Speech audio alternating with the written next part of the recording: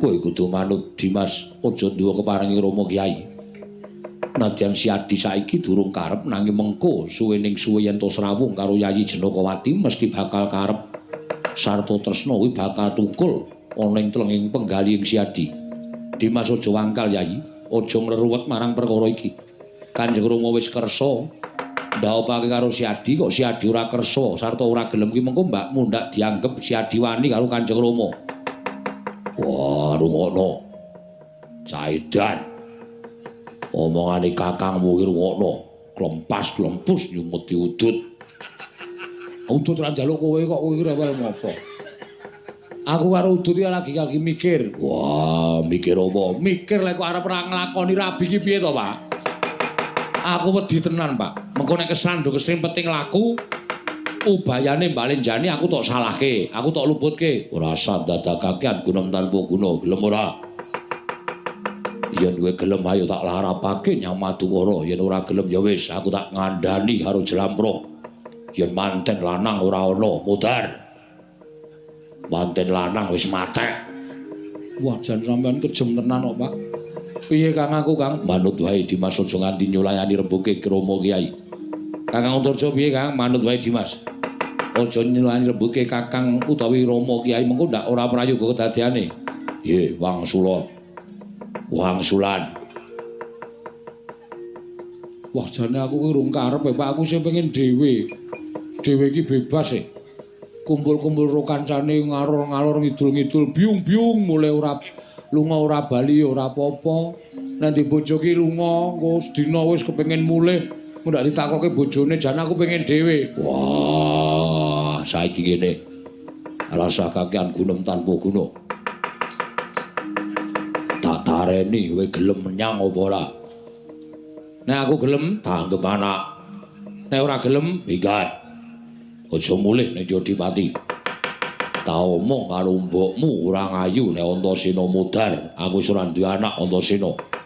Wani karo wong tuwa, wani wong gerang gunane apa tak openi seprana seprene. Ming dikon rabi supaya ana sing nyambung sejarahmu. Malah aturmu sajak werna-werna. Yen ora gelem ora apa-apa, nek aja manggon ning Jodipati, ana minggat.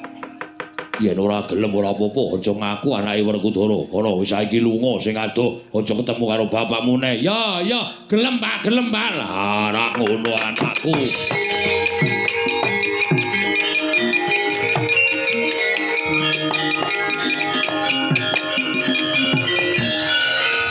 Wingkon rabi we kok angel.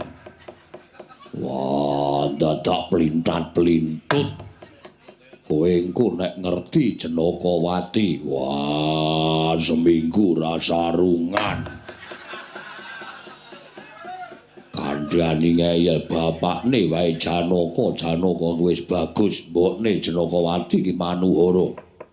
Manuhara kuwi ya wong ayu, anake mesti ayu. Mengkon rabi we kok angel. Wah, aku wis gelem, Pak. Lah ya ngono kuwi bocah sing iso gawe leganing wong tuwa.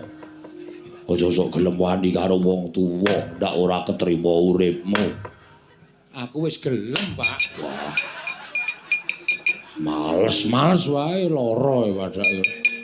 Diasdes iki isine utek ngene nganti utekku kopior piye? Kopior ya, men.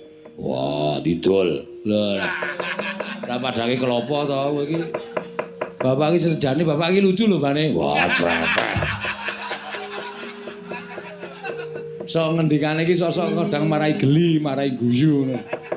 Ning nek wis muni kejem ya kejeme ra jamak-jamak, nek adil tegas ya tegas ra jamak-jamak. Galon wonten dawuh.